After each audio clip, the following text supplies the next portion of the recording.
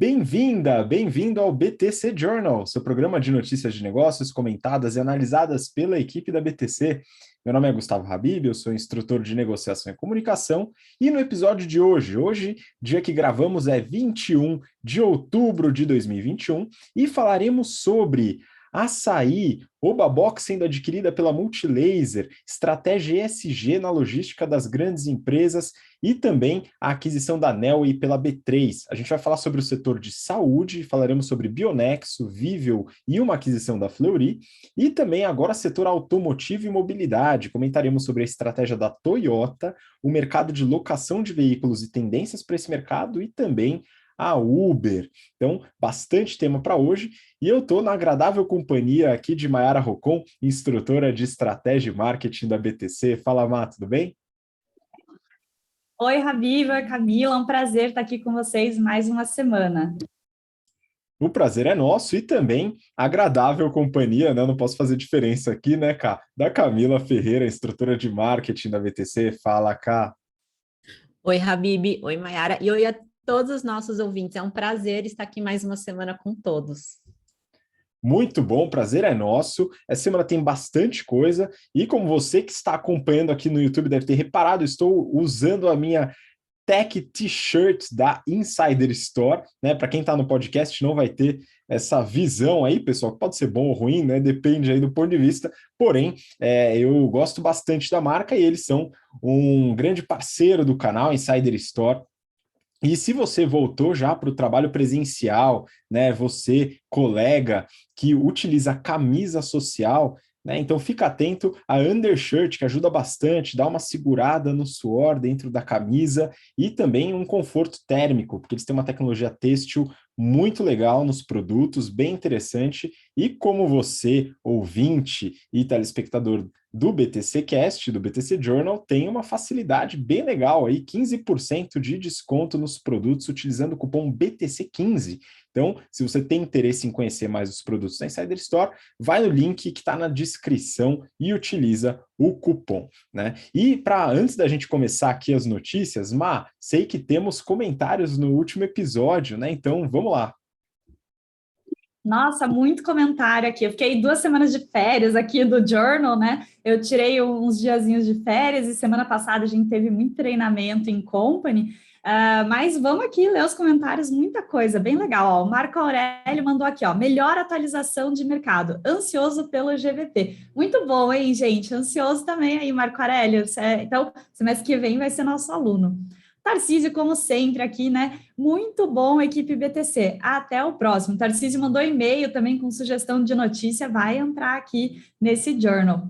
O André Cortada, que eu conheci ontem na turma 89, né, dando aula de estratégia, ele mandou aqui, ó. Obrigado pelo ótimo episódio, Renata e Camila. Sou aluno da turma 89 do GBT e achei interessante o uso da impressão 3D para a produção de implantes feitos sob medida. Muito legal aqui. E ele deixou a sugestão da gente fazer análise da Novo Nordisk, né? Então, quando tiver alguma notícia legal da Novo Nordisk, a gente já vai fazer análise. Está aqui no nosso backlog. André, obrigada pela sugestão. O Henrique mandou aqui, ó, bom dia. Ótimo conteúdo, como sempre. Tenho como sugestão a análise da compra do Extra pelo Assaí. Oba, Henrique, vou fazer análise dessa notícia aí para você.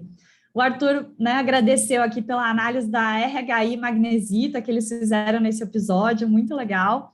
E o João mandou aqui, sou geógrafo e acompanho vocês para compreender melhor o contexto das novas atividades produtivas no Brasil. Sensacional. E no mundo, né? Se possível, eu gostaria de uma análise da Frame Bridge, sucesso. Boa, João, também entrou aqui no nosso backlog. E o Jorge mandou ó, sugestão para falar das empresas BrisaNet e Unifique. A Unifique a gente já falou, se eu não me engano, e aí a gente coloca a outra, então, aqui no nosso backlog também para as próximas. Obrigada pelos comentários, gente. Semana que vem a gente lê os próximos. Muito bom, e lembrete, BrisaNet já falamos também, então dá uma olhada no histórico, tá? A gente já falou da BrisaNet no passado, volta lá que tem coisa sobre a empresa. E vamos lá então, pessoal, começar que tem bastante coisa, já começamos com uma sugestão aqui. Então a gente vai falar um pouquinho agora sobre varejo e também sobre Big Data, né? Essa notícia eu peguei do Brasil Journal e o título é: Açaí compra pacote de 71 hipermercados do GPA por 5,2 bi de reais. Má, o que temos a comentar aí dessa notícia? Boa, então vamos lá aqui para a notícia que o Henrique pediu, né? Então, o GPA está vendendo para o açaí 71 hipermercados da marca Extra. Então, é só o Extra Hiper que está indo, né, para o lado do açaí. E aí, claro, vão ser convertidos em atacarejo pelo açaí, né? Então, aquele atacado que a gente consegue entrar, né? E a gente está acostumado a ver o açaí por aí.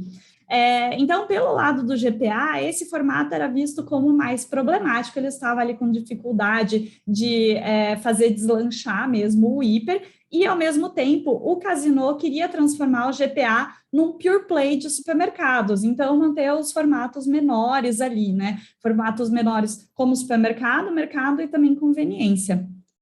Para o lado do açaí, isso faz total sentido, porque acelera o crescimento deles em número de lojas e também eles têm uma estratégia muito legal, porque quando eles convertem a loja, eles conseguem aumentar as vendas, em média, ali entre 2,5 e 3,5 vezes. Ou seja, né, os dois lados ganham aqui.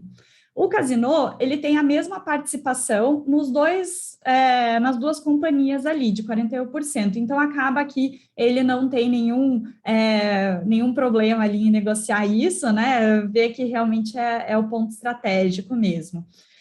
Com isso, então, eles vão ganhar 4 bilhões de reais, que vai ser escalonado até janeiro de 2024, respeitando o calendário de conversão das lojas. E o GPA também vai ganhar vendendo 17 desses imóveis para um fundo imobiliário que vai, então, locar esses imóveis para o açaí. Primeiro num contrato de 20 anos, depois renováveis por mais 20 anos. E aí, com isso, ele embolsa mais 1,2 bilhão de reais. Essas lojas, elas faturam conjuntamente 8,5 bilhões de reais.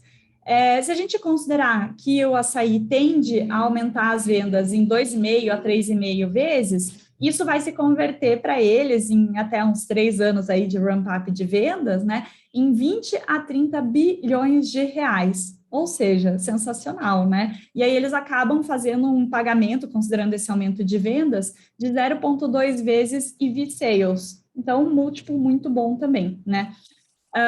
Mais ou menos ali, né? Na média das vendas.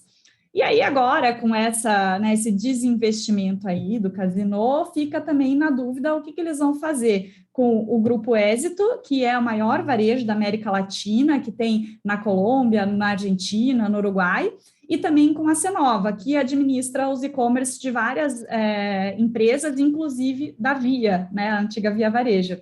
Então, ela que administra o e-commerce do Extra, do Ponto Frio e da Casas Bahia. Então, a dúvida aqui é porque esses dois aqui também, entre aspas, né, impedem ali o pure play deles, né, não tem muito a ver com esse core deles, e talvez seja uma boa saída aqui, né, uma boa opção para eles, na verdade, sair desses dois investimentos. Mas o ponto é, né, a notícia foi sensacional para os dois lados, né, o GPA está ganhando vendendo, o açaí está ganhando comprando, e aí tem que ver agora quais vão ser, então, os próximos passos do Casino.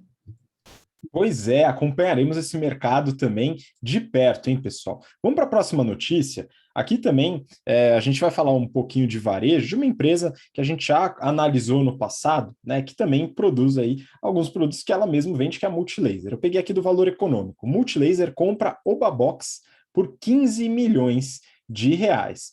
Cá, o valor não é exorbitante, né? Um valor pequeno aqui, se a gente for pensar em compra, mas eu acho que vale a pena comentar porque tem um produto bem interessante aí que vai junto no pacote. Então, se você puder comentar, vamos lá. Com certeza, Habib. Então, né, quem já conhece, a Multilaser é um player importante no segmento de eletrônicos e suprimentos de informática aqui no país, e eles fizeram essa aquisição da Obabox. A Multilaser, ela fez abertura de capital na B3, movimentando cerca de 2,2 bilhões de reais. Em uma outra notícia, né, não nessa que a gente está linkando aqui, mas eles comentam, né, como eles estão dominando esse mercado aqui no Brasil. Eles têm 65% do mercado de pendrives, 39% de cartões de memória no país e fabrica vários outros produtos, como smartphones, notebooks, entre outros eletrônicos, tá? E aí, eles comentaram, desde a sua abertura de capital, que a ideia era fazer aquisições, né, para a empresa com o dinheiro que eles pegaram no IPO. E a aquisição chegou, né? Então, eles fizeram a aquisição da Obabox, que é uma empresa bem peculiar. Ela é uma empresa de 15 anos de mercado, ela tem no portfólio produtos bem interessantes também, né? Eles, como curiosidade, né, eles lançaram o primeiro smartphone do Brasil adaptado para a terceira idade, chamado Oba Smart, né? Então, muita gente conhece por causa da propaganda na TV, que ficou bem famosa, e eles fizeram esse desenvolvimento junto com a própria Multilaser. Então, já tinha uma sinergia ali implantada já um tempo atrás. Tem história nessa aquisição. A empresa tem, como eu falei, nessa sinergia, por quê, né? A Multilaser já está nesse mercado, nesses segmentos de eletrônicos, e a Obabox, ela está atuando dentro desse segmento, mas num nicho muito específico, que é focado na terceira idade. Então, você abre lá o site da Obabox, tem, assim, tocador de disco de vinil, escova giratória, serra elétrica, umas coisas assim que é muito focada para esse público da terceira idade. Então, muito interessante essa aquisição, bem divertida de analisar essa notícia, né, Habib? Pois é, apesar de que eu me senti um pouco ofendido pelo seu comentário agora, porque eu sou um assíduo escutador, vamos dizer assim, de discos de vinil, né? Eu acho que foi uma acusação grave aí em relação à minha idade, mas tudo bem, a gente pode passar essa, não? Mas brincadeiras à parte, cara. Muito interessante porque é mais um nicho bem específico dentro desse mercado e parece um acerto aí, um investimento, apesar do valor ainda pequeno, né? Em relação ao Multilaser, que fez um IPO de muito sucesso. Vamos seguir aqui para a próxima notícia. Essa daqui para falar um pouco de estratégia logística e ESG. Eu quero muito que a Má comente isso aqui.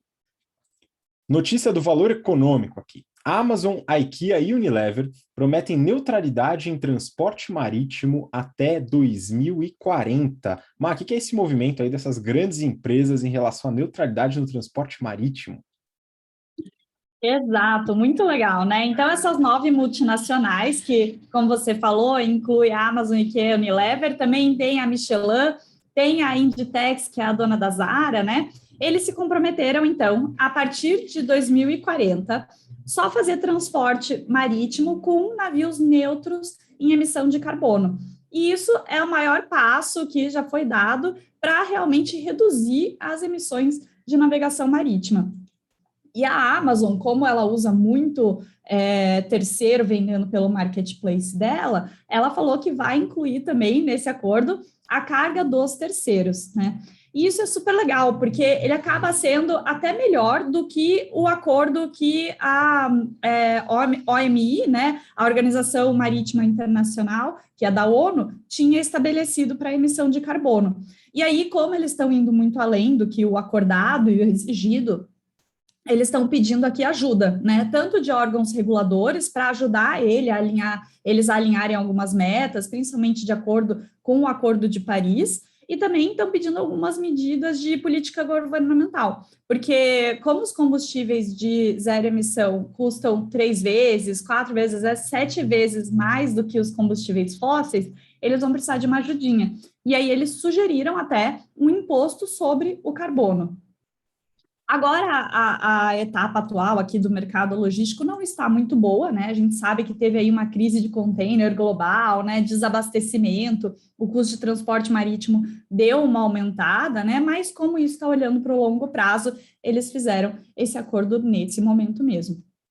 E isso é sensacional, porque como as empresas que fazem transporte marítimo são terceiras, elas acabam tendo um incentivo aqui e uma confiança para poder fazer investimento tanto em navio de zero emissão quanto na infraestrutura que precisa para isso, porque assim, não é pouco dinheiro, né? Vão aí uns bilhões de dólares nesse setor para fazer remodelação da frota, né?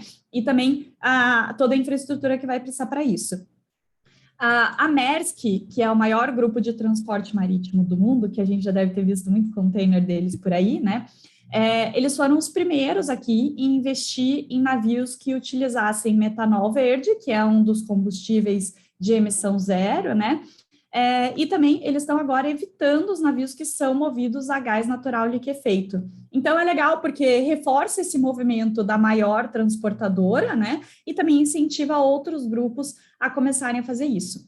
Outra coisa legal é que você atinge a etapa anterior ali da cadeia, né? Então você incentiva que os produtores de combustíveis comecem a produzir, investir mais em combustíveis neutros em carbono. Então, existe não só esse metanol verde que eu comentei, mas também amônia verde, hidrogênio, metano verde, que são neutros em carbono, mas hoje eles são muito caros e não são produzidos em escala suficiente. E aí eu fui dar uma olhada aqui um pouquinho em como que está esse mercado e os combustíveis de transporte marítimo. Então, hoje, mais ou menos 90% dos navios utilizam o diesel marítimo, que é chamado de bunker, que é o resto do refino do petróleo. Então, ele é super poluente, ele é super sujo. E a Organização Marítima Internacional, que eu comentei, ela está tentando mudar isso, né? Então, ela colocou uma meta aí, em 2018, de reduzir pelo menos 50% das emissões de gás do efeito estufa até 2050, comparado como base ali o ano de 2008. Só que isso foi super criticado, porque isso é abaixo do que foi trazido no Acordo de Paris, né? O ano passado também eles trouxeram outra meta de redução, né? Que os navios só poderiam ter uma emissão de enxofre ali de 0,5% versus 3,5% anterior, né? Então, isso foi ano passado. E isso faz com que os navios, pelo menos, usem combustíveis com menor teor de enxofre, ou pelo menos usem uma purificação ali do gás que eles emitem, né, quando eles estão funcionando. Mas não é suficiente, e por isso essas empresas trouxeram esse acordo. E aí, nesse acordo, uma coisa que elas falaram foi: tem que ser combustível de emissão zero no ciclo de vida inteiro. Não adianta ser só emissão zero no uso. Porque, por exemplo, quando a gente tem um carro movido a hidrogênio ou um carro movido a motor elétrico, né? Ali no uso do carro, ele pode até ser emissão zero. Só que o hidrogênio ele foi produzido ali através de gás natural, ou ele foi separado através de eletricidade, o motor elétrico foi carregado por eletricidade, e às vezes a matriz energética é baseada em combustíveis fósseis.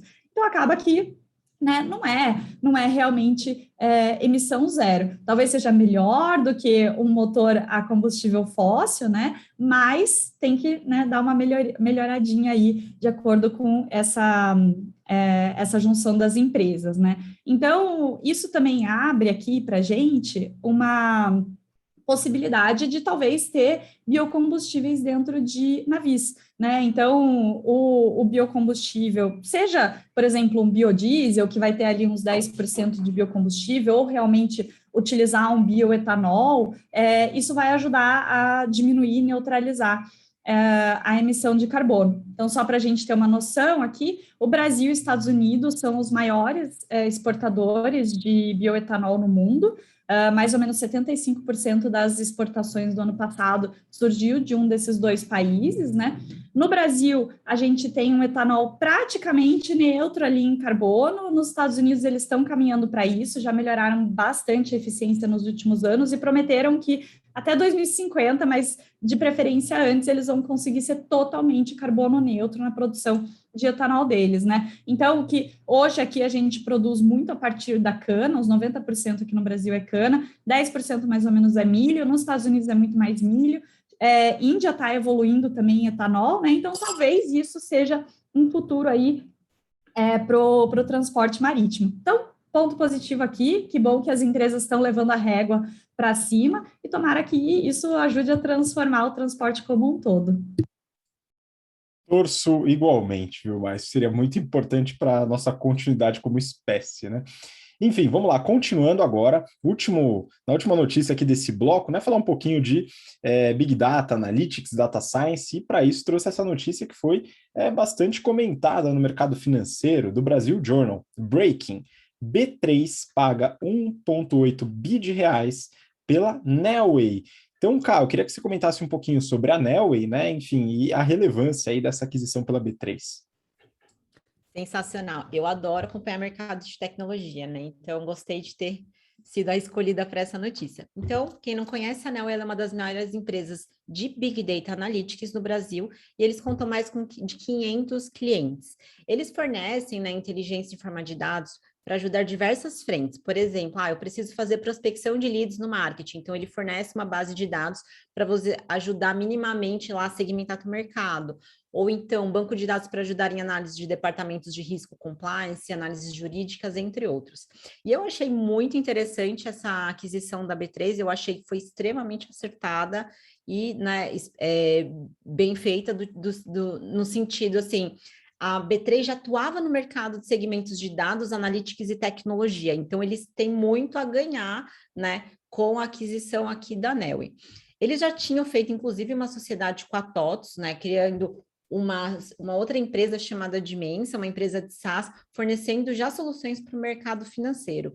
E aí, né, eu vejo que a B3 estava atuando ali nesse mercado de dados, então eles estavam vendo assim, como que eu vou manipular os dados que eu já tenho aqui, né, que tem aqui na B3, seja em veículos, seja sobre mercado de capitais, imóveis e outros dados, como que eu vou disponibilizar isso e como que eu vendo isso para mercado? Então, vem agregar muito essa aquisição da Neoway, porque não sei se vocês têm uma visibilidade, mas, por exemplo, se eu sou uma empresa e preciso fazer uma análise de compliance jurídica e entender um pouco mais sobre o veículo, por exemplo, que eu estou alienando em algum empréstimo ou que eu venda no meu e-commerce, eu preciso ter alguns dados, né, de Denatrans e Detrans, e esses dados hoje no mercado, eles são, sim, super duvidosos. Muitas empresas usam bases que não têm o dado super confiável. Então, a B3, que tem um dado super confiável, né, que trafega uma série de informações de altíssima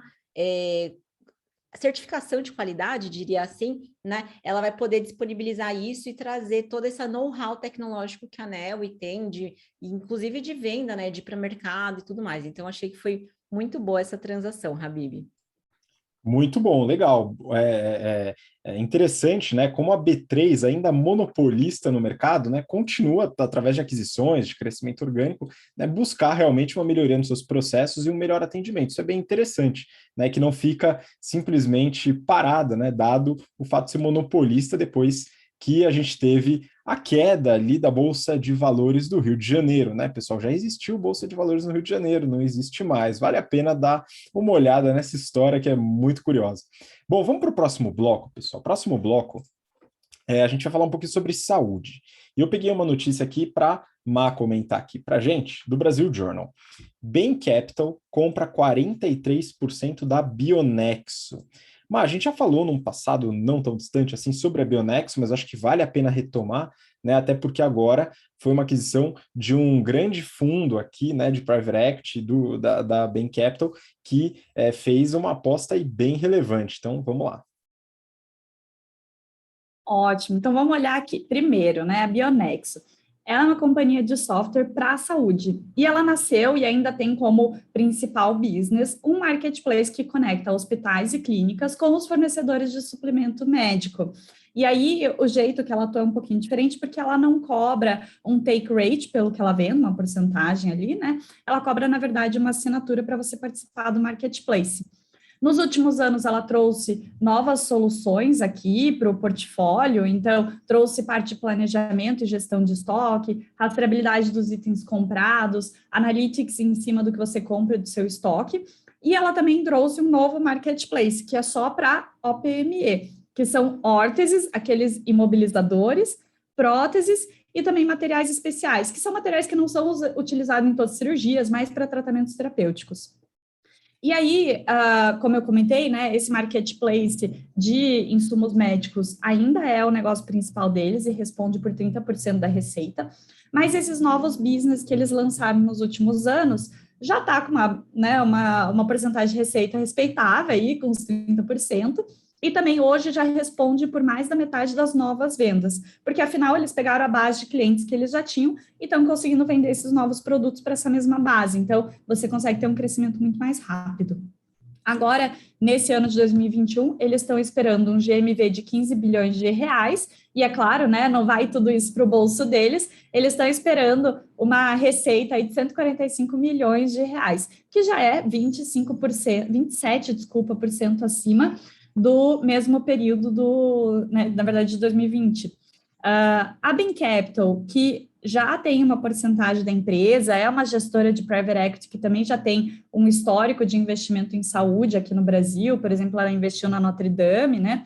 Ela vai colocar agora, então, 440 milhões de reais na empresa, sendo que 300 milhões são de oferta primária, desculpa, vai ser uma parte primária aqui, e o restante vai ser secundária para fazer uma saída parcial da Prisma Capital e da Apos.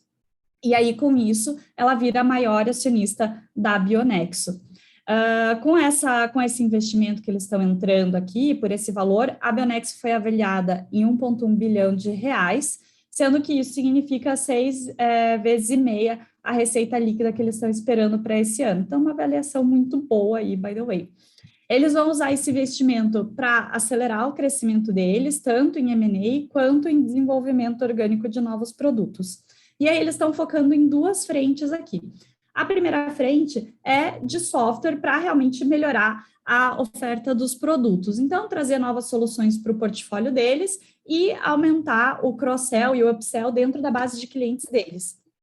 E a segunda frente aqui é que eles querem entrar na parte de front office, né? Então, eles falam que hoje eles estão muito no back office de hospital e de clínica, porque eles atuam na compra e no estoque, e agora eles querem ajudar também no atendimento. Então, toda a parte clínica de prontuário, prescrição, que agora está virando prescrição eletrônica, né? Todo o controle da parte de TI, eles querem entrar aqui. Então, provavelmente eles vão fazer algumas aquisições nessa área. E esse investimento aqui, na verdade, veio porque 5 meses atrás eles estavam querendo fazer a IPO, mas eles ficaram meio reticentes que o mercado não estava muito querendo comprar algumas teses de tecnologia. Então, eles resolveram adiar o IPO até depois das eleições do ano que vem, porque daqui para frente vai ter muita instabilidade, né? E eles resolveram, então, colocar dinheiro próprio aí e falaram que foi até melhor do que fazer um IPO. Então, super interessante, né? Legal também ver a Bain entrando um pouco mais aí, aumentando a participação, que mostra uma perspectiva positiva que eles têm no negócio, né? Legal também que eles têm um jeito diferente aí no marketplace deles, né? Não ter o take rate, ter a mensalidade, e eles estão entrando, então, com um portfólio, né, cada vez com mais inovações, num setor super promissor. Então, imagino aí que vai dar muito certo daqui para frente. Pois é, e a ideia de atuar no front office também, das clínicas, hospitais, eu acho bem interessante. Então, eu tô com altas expectativas. Vamos acompanhar, ver se eles vão crescer de fato através de aquisições, né? Ou se vai ser um crescimento orgânico nessa frente, mas eu tô animado. Vamos acompanhar. Agora vamos para a próxima notícia aqui nesse bloco de saúde. Eu peguei do Neofeed. Viveo avança na consolidação do setor de saúde e faz 2 aquisições, né? Aqui também comentando um pouco sobre a estratégia de crescimento através de aquisições, eu queria que a Camila comentasse um pouco sobre essas recentes aquisições da Viveo. Vamos lá. Muito legal, Habib. Então, a gente já tinha comentado sobre a Viveo aqui em alguns episódios passados, né? Acho que foi em agosto de 2021 que a Mayara me lembrou. E aí vamos retomar os planos que a Viveo tem, né? Pós-IPO. Então, a Viveo é uma empresa que fabrica, distribui produtos médicos e ela tem marcas conhecidas como tipo a Cremer, para mim é a mais conhecida de todas, né? Que é a do esparadrapo. E aí, eles fizeram, né, algumas aquisições, né, desde o seu IPO, e aí a gente vai comentar aqui. Já antes do IPO, né, que eles levantaram 2,2 bilhões de reais, eles já estavam falando das aquisições da ProFarm Specialty e da Cirúrgica Mafra por 900 milhões de reais. E agora, eles estão pagando 43 milhões de reais pelas 2 empresas. Uma delas é a Tecno 4 Produtos Hospitalares e a PS Distribuidora de Produtos de Saúde. A ideia do CEO da Viveo, né, que fala na notícia, que é o Leonardo Birro, é tornar a empresa o one-stop shop para grandes clientes e grandes grupos hospitalares, né, que é sensacional. Então, a Viveo, que é essa máquina de M&As, né, porque além dessas aquisições que eu comentei aqui com vocês, eles já fizeram 14 transações no total nos últimos 4 anos, e uma delas, que foi a de maior destaque, foi inclusive a compra da marca Cremer, que eu falei anteriormente.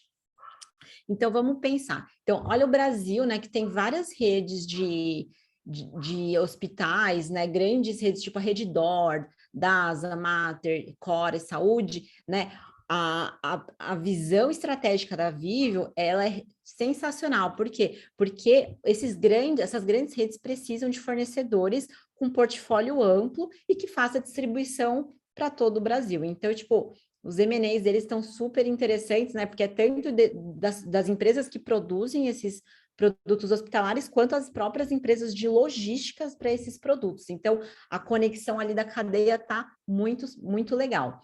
Para falar um pouco sobre resultados do grupo, eles tiveram uma média de crescimento de 15% organicamente e mais 15% oriundo, né, dessas aquisições que eles estão fazendo. No primeiro semestre, eles apresentaram uma receita líquida de 2,95 bilhões de reais e um lucro líquido ajustado de 133,8 milhões de reais. E eles cresceram, assim, 148,6% a mais do que o mesmo período do ano passado. Então, assim, está crescendo, está adquirindo e estão mostrando o resultado. Então, é o tipo de benchmark que a gente adora analisar aqui no BTC Journal, né, Habib? Pois é, não, muito interessante, gostei também. Vamos torcer para que ela continue nessa estratégia aí, que também parece acertada, na minha opinião. Vamos lá, seguir aqui para outra notícia, a última notícia deste bloco, né, falando de saúde. Essa daqui teve alguns pedidos para falar sobre essa, hein, Mai? Então, coloquei aqui para você, Brasil Journal, Fleury compra laboratório de referência em Recife. A gente já falou aqui em alguns episódios anteriores sobre as estratégias, as diferentes estratégias dos líderes do mercado de medicina diagnóstica, né? Então, algumas empresas estão indo num caminho, né, mais voltado para verticalização, atuação com hospitais, outras empresas estão desenvolvendo mais tecnologia dentro dos próprios laboratórios, enfim. E aí temos a Fleury aqui, né, o Grupo Fleury, com essa aquisição relevante. Então, eu queria que você comentasse um pouco. Boa. Então, essa notícia aí foi pedida pelo Tarcísio e pela Tayane também. Tayane que eu conheci ontem também na aula de estratégia. Prazer aí. Então, o laboratório Marcelo Magalhães, que foi comprado, né? Ele foi fundado lá em 64 e ele é referência em medicina diagnóstica em Pernambuco. Ele tem 13 unidades de atendimento e ele também conta com atendimento domiciliar ali na região metropolitana de Recife, do Recife, né? E a receita bruta deles dos últimos 12 meses foi 114 milhões de reais. Então, foi uma aquisição bem grande aí, eles pagaram 385 milhões de reais, foi uma das maiores da história do Grupo Fleury. E agora, né, com essa aquisição, eles passam a ter 31 unidades de atendimento na região metropolitana do Recife, que eles já tinham algumas pelas marcas A Mais e Diagmax, né? Então, faz todo sentido, como você falou, né? Cada um está indo para uma direção estratégica, né? Mas o Fleury ele está muito forte nessa estratégia de crescimento por aquisição e fazer uma consolidação de território nacional. Então, faz total sentido aqui com a estratégia deles. Ótima aquisição. Excelente. Com isso, a gente fecha o bloco de saúde aqui do BTC Journal e a gente passa para o último bloco falando sobre setor automotivo e mobilidade. Eu peguei aqui uma notícia do Neofeed. Na crise dos semicondutores, Toyota passeia, entre aspas, no carro elétrico abastecido com etanol, né? Então, eu coloquei aqui para eu mesmo comentar essa notícia, viu, pessoal? Porque eu gosto bastante da Toyota, acho uma empresa bem interessante, queria entender um pouco mais dessa estratégia, que essa notícia é muito interessante, né? Que inclusive é uma entrevista com o Rafael Chang, que é o presidente da Toyota no Brasil. Tá? Então é muito interessante, eu recomendo de fato que vocês leiam. Se vocês quiserem acessar as notícias, né, e acompanhar os episódios, entra na nossa newsletter, também o link na descrição, então se inscreve lá para a gente poder mandar os links para você, tudo direitinho, e você recebe em primeira mão, tá bom? Vamos lá, então Toyota, né, uma estratégia diferente no Brasil, né, seguindo a estratégia mundial. Então, basicamente, né, o que está sendo comentado aqui? São 2 pontos que eu queria dar o highlight na notícia e depois a gente vai um pouquinho para os financials da Toyota. O primeiro ponto é em relação à crise dos semicondutores. Então, como o Renato Aracaki, né, chegou a comentar bastante algumas notícias anteriores sobre a crise dos semicondutores, tem afetado toda a indústria automotiva de uma forma até especial, né? Então, para muitas indústrias, né, muitas empresas do ramo automotivo, está faltando muita peça, principalmente por causa da crise dos semicondutores, né? Então, essa crise de fornecimento afetou bastante a indústria. Aqui no Brasil é muito comum a gente ouvir casos aí de pessoas esperando 3, 4, 6 meses para receber um carro novo, né? E aí o que acontece? A Toyota foi a montadora menos afetada na crise dos semicondutores. Por quê? E aí a entrevista dá essa dica, né? E tem alguns aspectos interessantes do ponto de vista de estratégia de negociação, porque boa parte da responsabilidade pela Toyota ser menos afetada do que as demais está em sua estratégia de sourcing, a estratégia de seleção e gestão de fornecedores, né? Então, o que aconteceu? A Toyota, né, primeiro que ela tem um planejamento global, né, um sistema bem robusto de médio e longo prazo de fornecimento de peças, com uma coordenação centralizada e muito organizada, né? Isso está relacionado ao sistema de produção, just-in-time, Toyotismo e tal, mas também à gestão dos seus fornecedores, né? Aumentando a previsibilidade de demanda e também fazendo com que os seus fornecedores consigam atuar de uma forma integrada com a sua logística. Isso é muito interessante, né? Ocorreu parada, né, de fornecimento por causa de problema de peças, né? Teve, no caso das fábricas aqui em São Paulo, né, Sorocaba e Indaiatuba, teve parada em agosto, né? Então teve um problema com falta de peças, mas grande parte não foi por causa da crise de semicondutores, né? Foi um problema relacionado a fornecedores na Ásia, focado em Malásia principalmente, por causa da pandemia, né? Mas não necessariamente relacionado a semicondutores, né? Então o governo decretou lockdown, teve alguns problemas locais que afetaram o fornecimento no Brasil. Porém, a estratégia de fornecimento, né, com a criação de uma série de fornecedores alternativos, estratégia global de fornecimento, fez com que a Toyota fosse menos afetada. Foi afetada, mas muito menos do que grande parte das montadoras. Então, um grande ponto aqui para a Toyota no modelo de produção e na estratégia de sourcing, de seleção de fornecedores.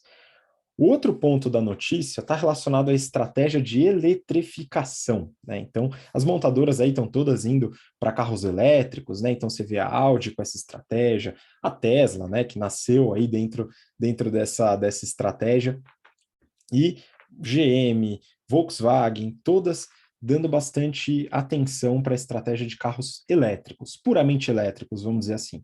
A Toyota está indo na contramão. A Toyota no Brasil, ela está com uma estratégia de eletrificação e a expectativa é que até 2033 todos os veículos, né, todas as linhas de produto tenham oferecimento de carros eletrificados, mas não necessariamente 100% elétricos. A grande aposta da Toyota no Brasil e o direcionamento estratégico é para carros híbridos, principalmente os híbridos movidos a etanol. E o presidente ele comenta na notícia, né, o porquê dessa estratégia. E uma das justificativas é realmente o gargalo da infraestrutura. Então, a gente tem uma série de problemas relacionados a carregadores de alta velocidade, né, que carregam rápido, carregadores rápidos, no caso, a estrutura mesmo de carros elétricos, a troca das frotas, o ciclo de vida, tem uma série de aspectos limitantes, principalmente no curto e médio prazo, para o carro elétrico. E a tecnologia desenvolvida para o híbrido a etanol, né, contribui com a estratégia global da Toyota de redução de emissão de carbono, né, dado que etanol é um combustível renovável. E um outro ponto que o presidente coloca na entrevista é de que adianta ter, e não necessariamente relacionado ao Brasil, tá, pessoal, mas de que adiantaria ter uma estrutura de carros elétricos se o abastecimento é através de uma fonte não renovável, né? Então, o Brasil, na crise hídrica, também liga uma série de termoelétricas, uma série de países no mundo estão desenvolvendo estratégias de eletrificação de veículos com fontes de energia não renováveis. Então, isso seria contraproducente, né? Apesar de, na indústria automotiva em si, talvez tire um pouco da sua responsabilidade, mas não da sociedade como um todo. Então, esse é um ponto importante. E aí, para complementar, peguei um pouco dos financials, né? Eu queria falar bastante sobre essa parte estratégica, que eu acho bem relevante, Mas só para tirar alguns pontos aqui, né? Eu peguei o resultado da Toyota no final do ano fiscal 2021, foi em 31 de março de 2021, né? Então eu peguei o resultado de um ano e eu quero comparar aqui, pessoal, com o resultado da Tesla, tá? Então é só fazer um pequeno comparativo aqui.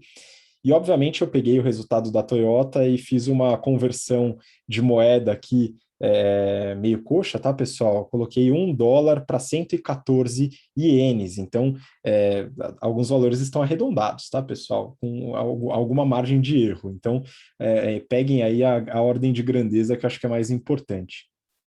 Então vamos lá, a receita da Toyota no final o ano fiscal 2021, né? Vamos considerar aí 2020 mais um pouquinho, 238 bilhões de dólares, né? Essa é a receita, foi a receita da Toyota. Tesla, no período de 2020, 31, né? Isso dá 13% do que teve de receita a Toyota. Lucro operacional da Toyota, 19 bi de dólares, o que dá uma margem de 8%, mais ou menos. E da Tesla, 1,9, ou quase 2 bi, né? Também 10 vezes menor. Lucro líquido da Toyota, 19,7 bi, e da Tesla 2,4. Né? Então aqui a gente vê uma grande diferença entre as empresas. Eu peguei mais dois dados aqui. O Return on Equity, o ROE, né? O ROE da Toyota, 13,3%. Da Tesla, 12,4%. Tá próximo. Né? O histórico é bem diferente. E só para colocar uma terceira referência, eu peguei da GM aqui. O Return on Equity da GM foi de 27,6%. E o que mais impressiona é o valor de mercado, o market cap, o valuation da empresa, né? Da Toyota, 246 bi de dólares, e da Tesla, 867, 3,5 vezes maior em valor de mercado. Ainda não sei o que justifica, né? Quem sabe seja até essa aposta, né, da Tesla em um mercado 100% elétrico, da Toyota em eletrificação, mas não necessariamente 100% elétrico. Mas eu não sei, eu também acredito em outras coisas mais místicas do mercado financeiro, mas a gente vai ver o que a história vai contar para a gente, certo? Bom, vamos para a próxima notícia, pessoal. Próxima notícia, vamos falar um pouquinho sobre mobilidade. Para isso, eu vou pedir a ajuda da Camila aqui. Valor econômico.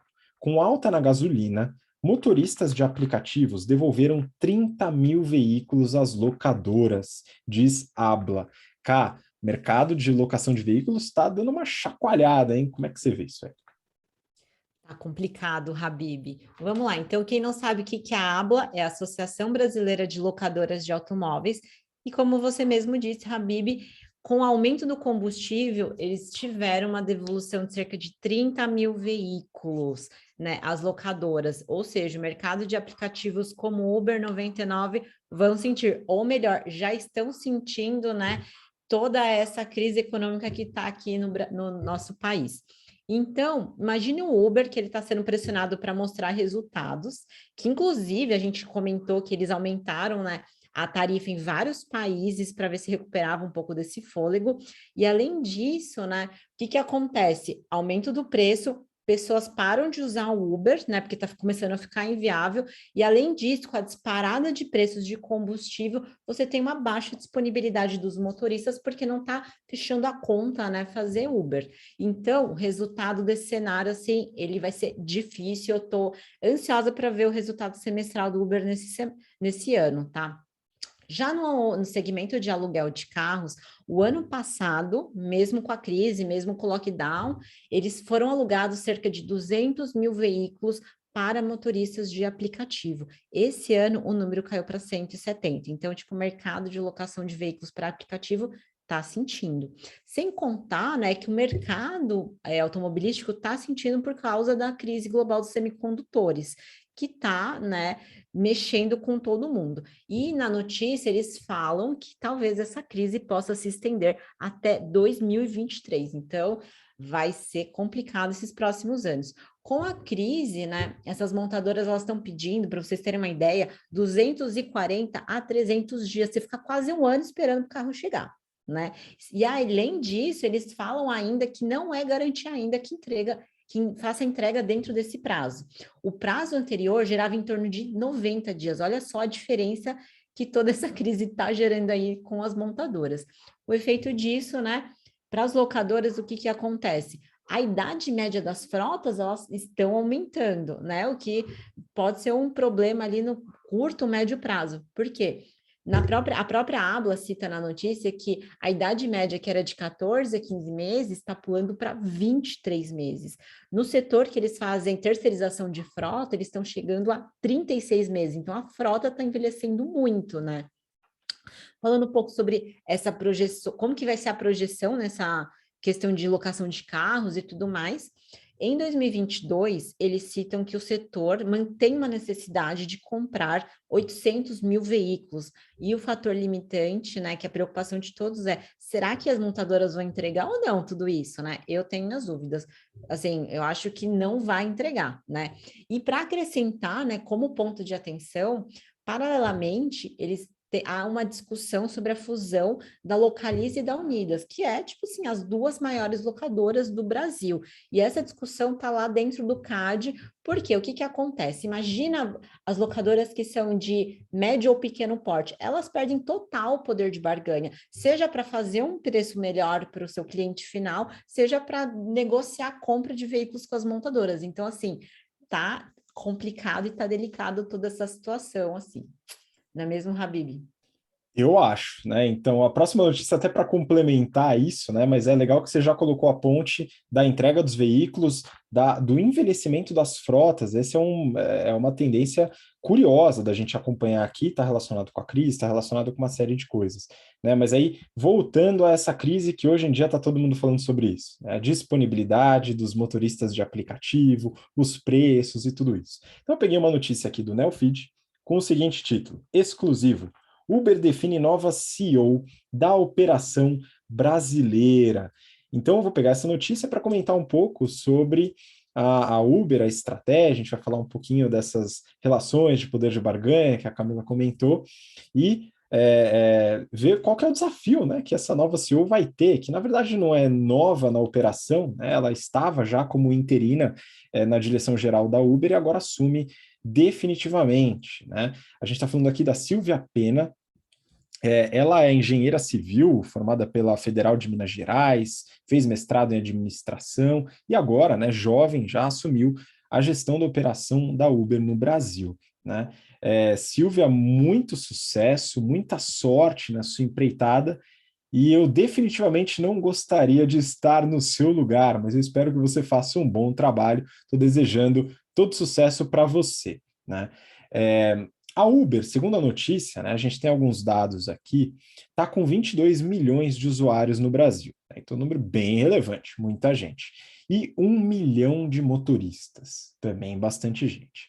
E aí, quais são os grandes desafios da nova diretora-geral, da Silvia, em relação à Uber nesse momento? Né? O principal desafio está relacionado ao cancelamento das corridas. Né? Então, muitas corridas sendo canceladas, muita reclamação de clientes, reclamação de motoristas, pois muitas corridas não valem a pena, como a Camila começou a contar, né, agora na notícia anterior, e também desistência de motoristas que saem da plataforma porque realmente não vale mais a pena, vale procurar alguma outra coisa eventualmente, e a própria plataforma acaba excluindo motoristas que não atendem devidamente à expectativa de tempo de corridas que a plataforma tem, né? No cerne desse problema todo está o preço do combustível, conforme a gente também comentou em episódios anteriores, né, sobre a dinâmica do preço do combustível, e toda a crise que o Brasil está passando, a crise econômica que está em voga, né? E aí, para isso, eu fiz uma pequena análise aqui, né, pegando das aulas aqui da Maiara, né? Então, Má, depois você dá a nota aí para mim, por favor, né? Das aulas de estratégia, falando sobre competição, acho que vale fazer uma análise de forças aqui, né, das famosas 5 forças de Porter, para entender um pouquinho melhor. Mas é claro que lá no GBP, no nosso curso de business, você que tem interesse em desenvolver essas análises, fortalecer os modelos, as análises, os frameworks, vai lá no curso, né, as inscrições estão abertas, então acompanha também no link na descrição, né, para entender como fazer esse tipo de análise e poder discutir isso também, né, realizar um aprofundamento maior nas análises de negócios. Então, falando um pouco do poder de concorrência, né? Falando da concorrência dentro dessa análise, né? Então, os players já existentes no mercado. Quem que concorre com a Uber hoje no Brasil? A gente tem alguns players aqui. Eu peguei aqui, o principal é 99, né? A gente tem um player interessante que é Lady Driver, né? Focado no público feminino, bem interessante, com uma proposta de segurança para o público feminino, que é uma discussão bem importante. E players que trabalham com caronas, né? Como, por exemplo, BlaBlaCar, né? Então, são concorrentes diretos que a Uber tem aqui no Brasil. A Uber ainda é bastante representativa, né? Tá na liderança folgada aí, mas a 99 está bem próxima também. Lá fora tem outros concorrentes. A Lyft é uma outra empresa de capital aberto nos Estados Unidos e que é um grande concorrente da Uber lá fora, mas não atua aqui no Brasil. E a Cabify, que estava no Brasil há um tempo, saiu e agora atua em alguns países no mundo, mas não no Brasil. Então são poucos players, mas como o modelo de negócio da Uber exige um efeito rede, né? Então é preciso que tenha muito usuário, a competição se torna acirrada, né? Então esse é um ponto relevante, apesar de aqui a Uber ainda ter uma liderança razoavelmente folgada. Em relação ao poder de barganha de fornecedores, a gente pode analisar os fornecedores, né, a estrutura de fornecimento da Uber como sendo os próprios motoristas, né? E aqui o negócio esse é o negócio que pega, está mudando bastante essa dinâmica, né? O poder de barganha da Uber era bem alto, né? Da onde se dá o poder de barganha da Uber em relação aos motoristas? Principalmente em relação ao índice de desemprego no Brasil, tá? Isso acontece em todo o país. Então, no Brasil, 14 milhões de desempregados, 30 milhões de pessoas na informalidade. Isso diminui as alternativas que o motorista teria em relação a outras possibilidades de ganho, de renda, de trabalho, e com isso a Uber acaba ganhando um poder de barganha na hora de trazer esses motoristas para a plataforma. Porém, esse poder está sendo reduzido, né? Porque com a redução do retorno das corridas, né, apesar do aumento de preço eventual que a Camila colocou, isso empurra os motoristas, de certa forma, a buscar outras alternativas. Porque agora o motorista pensa muitas vezes que vale a pena fazer alguma outra coisa, né? Busca, vai atrás, porque a corrida muitas vezes dá até prejuízo, né? Para segurar os custos que ele tem de aluguel do veículo, do próprio combustível e assim por diante, né? Então aqui essa dinâmica está mudando bastante. No caso de poder de barganha de compradores, os clientes, né, a gente tem os passageiros. E aqui tem alguns pontos, né? Uma diferenciação de serviço em relação a competidores que talvez não seja tão alta assim, né? Ou seja, os passageiros podem com facilidade buscar um concorrente, como a gente já falou aqui, e isso também pressiona os preços para baixo. E ao pressionar os preços para baixo, diminui ainda mais a outra análise, que é o poder de barganha de fornecedores, né? Porque aí ela tem muito menos maleabilidade para aumentar eventualmente o valor para os motoristas, né? Isso pode ser um complicador. Uma outra força que a gente analisa é o poder dos substitutos, né? E aqui é onde a Uber realmente peca, viu, pessoal? Realmente o gargalo da Uber é nos substitutos. Por quê? Porque para você ter mobilidade dentro da cidade ou até fora da cidade, tem uma série de opções, né? A gente tem transportes públicos, né? Metrô, trem, ônibus, enfim. A gente tem também a parte de ônibus, né? Se a gente pensar em rodoviário, né? Também pode acontecer. Tem a parte de locação, que a Camila comentou. Então, falou de locação exclusiva para motoristas, mas uma opção para a mobilidade é a locação de veículos por conta, né? Inclusive, tem serviços de locação por um curto período, por hora, por exemplo, como é o caso da Turbi. Inclusive, para quem não conhece a Turbi, a gente fez um papo BTC com um dos diretores da Turbi, né, responsável pela estratégia de crescimento, e vale a pena dar uma olhada lá no nosso histórico. Então, a conveniência ela é muito importante para a sustentabilidade da Uber. A Uber está muito focada na conveniência para poder ter um poder em relação a esses substitutos. Mas, né, se os motoristas param de aceitar corridas, as corridas começam a demorar para chegar, né, essa conveniência acaba se perdendo, e ela acaba perdendo esse poder em relação aos substitutos. E tem também a parte de novos entrantes, né, e aqui é um pouco menos, né, a gente pensa em novos apps de mobilidade.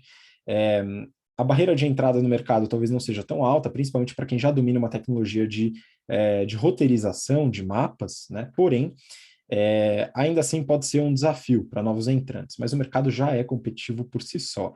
E ele tem o risco de novos entrantes, como, por exemplo, locadoras e montadoras que queiram oferecer um serviço de mobilidade, ou eventualmente até empresas que desenvolvem mapas, como o Waze e Google Maps, né? Então, são alguns pontos. Ah, mas é tudo ruim? Não necessariamente. Então, a Uber, por ser líder, né, o efeito rede está a favor dela.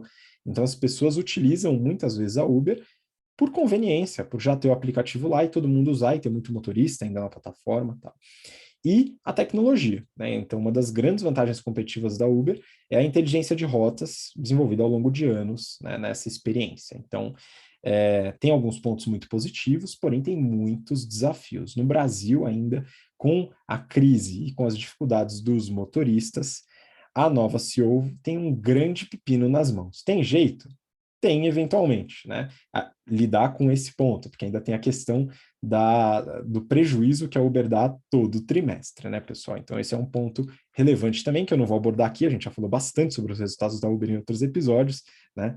Mas é aquele prejuízo gigante, queima de caixa, é uma desgraça, e a gente é um complicador, né, dessa análise toda que a gente tem que fazer. Então, a dinâmica de poder de barganha, ela se altera bastante, a gente precisa analisar esse movimento dos motoristas, o que vai acontecer, se existe algum incentivo que vai ser dado, né? Porque agora, nesse momento, a Uber está dependendo muito de motoristas, né? Não pode se dar o luxo de expulsar e achar que vai chegar ao monte em seguida. Isso não vai acontecer. Essa dinâmica mudou. E agora a Uber vai ter que lutar bastante para retomar o poder de barganha para sua mão. Então vamos acompanhar e desejamos sucesso aí para a nova CEO nesse grande desafio, hein, galera? Bom, esse foi o último episódio do BTC Journal de hoje, então eu queria muito agradecer a participação de vocês. Mayara, muito obrigado de novo. Obrigada, gente. Obrigada por ouvir a gente mais uma semana. E mandar um abraço especial aqui para as turmas 89 e 91, que eu comecei a dar aula para eles agora essa semana de estratégia. Muito bom. E Camila, muito obrigado também. Muito obrigada, Habib, Mayara e todos os nossos ouvintes que nos acompanharam até aqui, e nós aguardamos as suas mensagens. Muito bom. Pessoal, não se esqueçam disso, a Camila muito bem lembrou. Manda mensagem nos comentários aqui, sugestões, a gente coloca aqui na pauta e comentamos no episódio seguinte. E a gente se vê lá, então. Um grande abraço. Tchau, tchau.